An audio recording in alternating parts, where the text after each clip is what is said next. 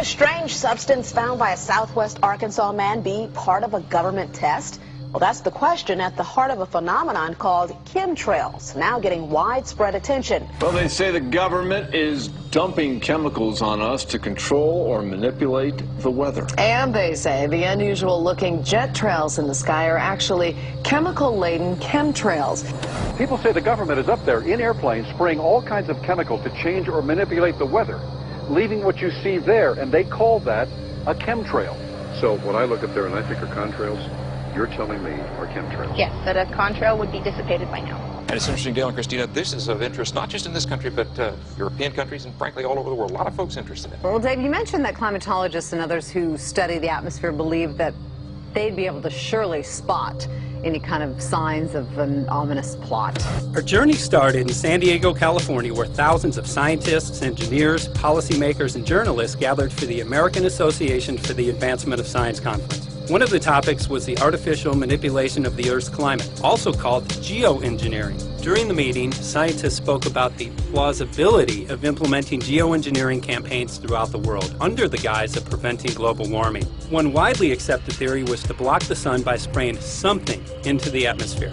When they were asked about existing aerosol programs, they stated clearly that no such programs have ever been implemented.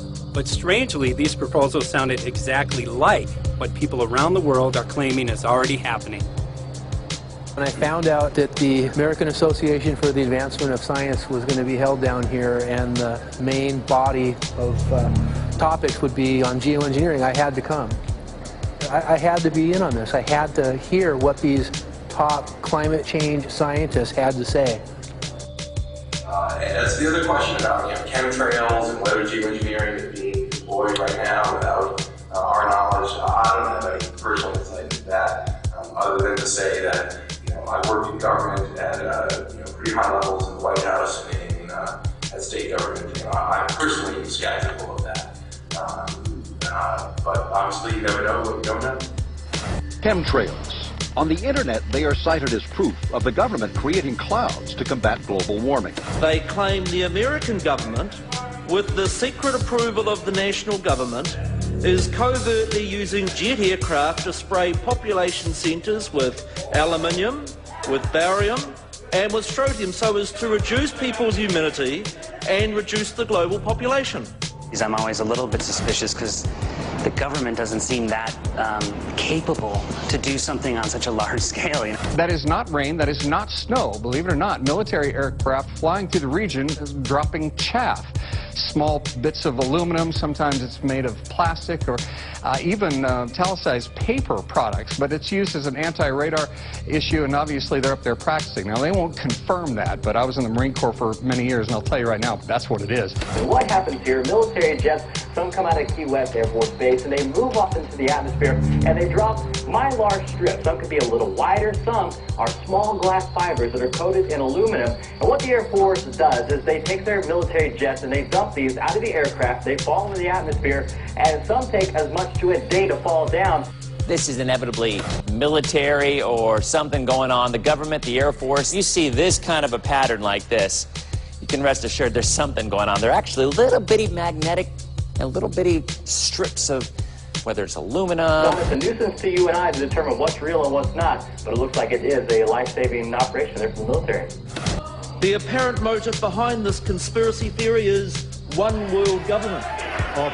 Order, I cannot hear. Mr. Speaker, I want to assure the House that both my ministry and my colleague, the Minister of Health, who have received correspondence on this issue, that this conspiracy theory does not have an iota of truth, and that the trails observed from aircraft simply come from jet engines. Question number 9. Order. And I think what an appalling example it is of the new Foreign Affairs spokesperson for the Labour Party that she's spreading conspiracy theories about the United States government. The House has heard sufficient. It is called geoengineering, fighting global warming by putting a chemical dust in the atmosphere and reflecting harmful radiation back into space. We take geoengineering to mean deliberate, large-scale intervention in the Earth's system. There are a variety of schemes that have been discussed for geoengineering. A classic example is injecting reflecting particles into Earth orbit. Nevertheless, there might be some good reasons to think about alumina. It turns out, first of all, there's been a lot of work on the environmental consequences of alumina in the stratosphere. The big deal really is that alumina has 4 times the volumetric rate of forcing for small particles as does sulfur. And that means you have 4 times less surface area for the same rate of forcing. And this is a much bigger deal. You'd have roughly 16 times less the coagulation rate. And that's the thing that really drives removal. So you could get away, we think, with much smaller mass fluxes. So that's why we see things like in the use aircraft patent from '89, they talk about aluminum. And that's why we're seeing in the surface water samples aluminum. And here's David Keith saying that aluminum has 4 times the reflective volume surface area.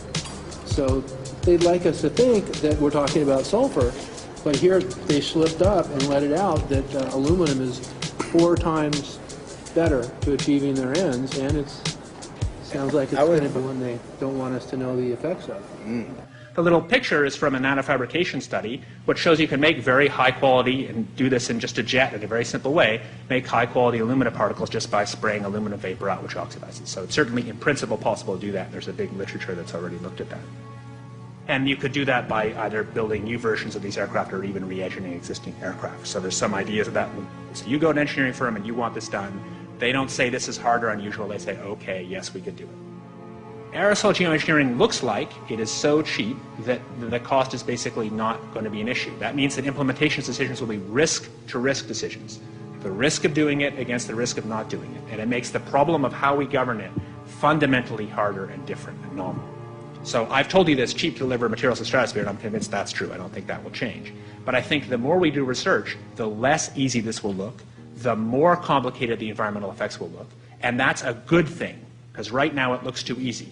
So I think that if we do more research, we're likely to find out that it's harder and more complicated than we thought, and that the side effects are harder to manage, and that's a healthy outcome that will make it easier to do the management. Of course, the opposite reaction is possible. It's an empirical question, how people will actually react to knowledge about this. Another reaction is to say, if these crazy scientists are so concerned about putting CO2 in the atmosphere, they want to think about these things, then that might actually mean we should be more serious about the risks of CO2 in the atmosphere. And by the way, it's not really a moral hazard, it's more like free riding on our grandkids. And by the way, it's not really a moral hazard, it's more like free riding on our grandkids. Numerous air quality studies, including from CARB, California Air Quality Resource Board, have named submicron-sized particulates as being particularly harmful for human respiration. Through all the discussions today, I have not heard any mention of this fallout, and has this been studied, and also the effects of a highly reactive metal like aluminum on toxifying soils and waters? The question is, what would be the effects of these materials on human health if they came down into the stratosphere, in particular small particles and aluminum? So the collaborators of mine working on the aerosol scheme are actually folks from Carnegie Mellon who focused on human health impacts. And while we haven't published it, that was the very first thing we did, was do the order of magnitude calculation in level pencil and paper, but with an expert on human health impacts about whether there could be an issue. And for aluminum or other particles, there are a lot of toxicological things that need to get looked at seriously.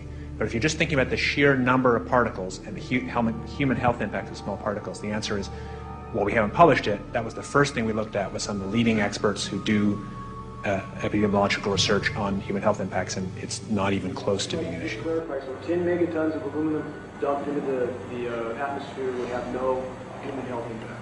So let me be more careful here. To separate out the toxicological, so the alumina we've only begun to research and published nothing. Alumina we've only begun to research and published nothing.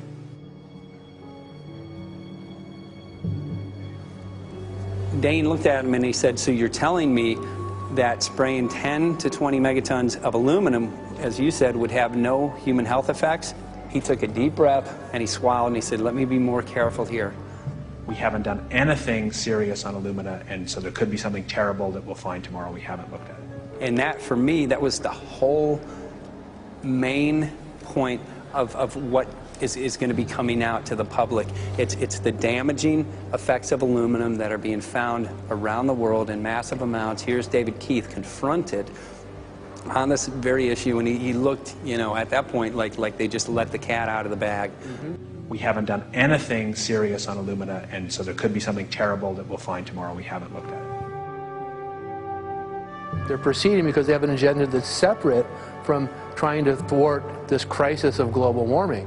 You know, there's obviously several other objectives, whether it's depopulation, control, weapons aspects, communications aspects, all kinds of things, you know, wild cards that we know nothing about. We don't really know, and I'm not going to attempt to speculate on exactly what the agendas are, but we can see clearly the agendas are not benefiting mankind. You know, it's benefiting the agenda of the elite. And so I think the question is, how do you draw the line between some activity that is allowed and doesn't need global governance and activities that do require global governance? Dr. John Holdren has agreed to serve as Assistant to the President for Science and Technology and Director of the White House Office of Science and Technology Policy. I look forward to his wise counsel in the years ahead. My personal opinion is that we have to keep geoengineering on the table. We have to look at it very carefully because we might get desperate enough to want to use it. So what would we do if in year 2040 or 2060 there's a severe climate crisis, say widespread famines or Greenland sliding suddenly into the ocean? That the only plausible way in which we could start the Earth cooling this century is to directly intervene in the climate system, say by putting particles in the stratosphere. We do stuff in the stratosphere all the time, of course, and so it's not as though the stratosphere is absolutely pristine. But you don't want to have people going off and doing things that involve large radiative forcings or go on for extended periods, or for that matter provide lots of reactive surfaces that could result in significant ozone destruction. You know, maybe I'm putting a particle into the atmosphere because I'm trying to make money, or maybe I'm putting a particle into the atmosphere because I'm engaging in scientific research and trying to understand cloud physics, or maybe I'm putting this particle into the atmosphere because I'm trying to make it rain locally to seed a cloud and get more snow on our ski slopes. And this obviously raises all kinds of questions. It's hugely risky. It will likely negatively impact some people, but we might find ourselves in a situation where those risks seem worth taking. One of the things that really shocked me was in one of the breakouts they had the benefits of these programs and then the risks. Now the benefits, the one thing that was stated was the just cooling the planet. You know, some of the risks were ozone depletion, droughts in Africa and Asia. I got to tell you, I came away from this experience after listening to these scientists for 4 days of symposiums, really concerned because it's clear now that they are justifying, rationalizing, and looking to legitimize some really, really horrible impacts, further impacts on our environment. And they're basically formulating the sales strategy and the implementation and oversight strategy and the funding strategy.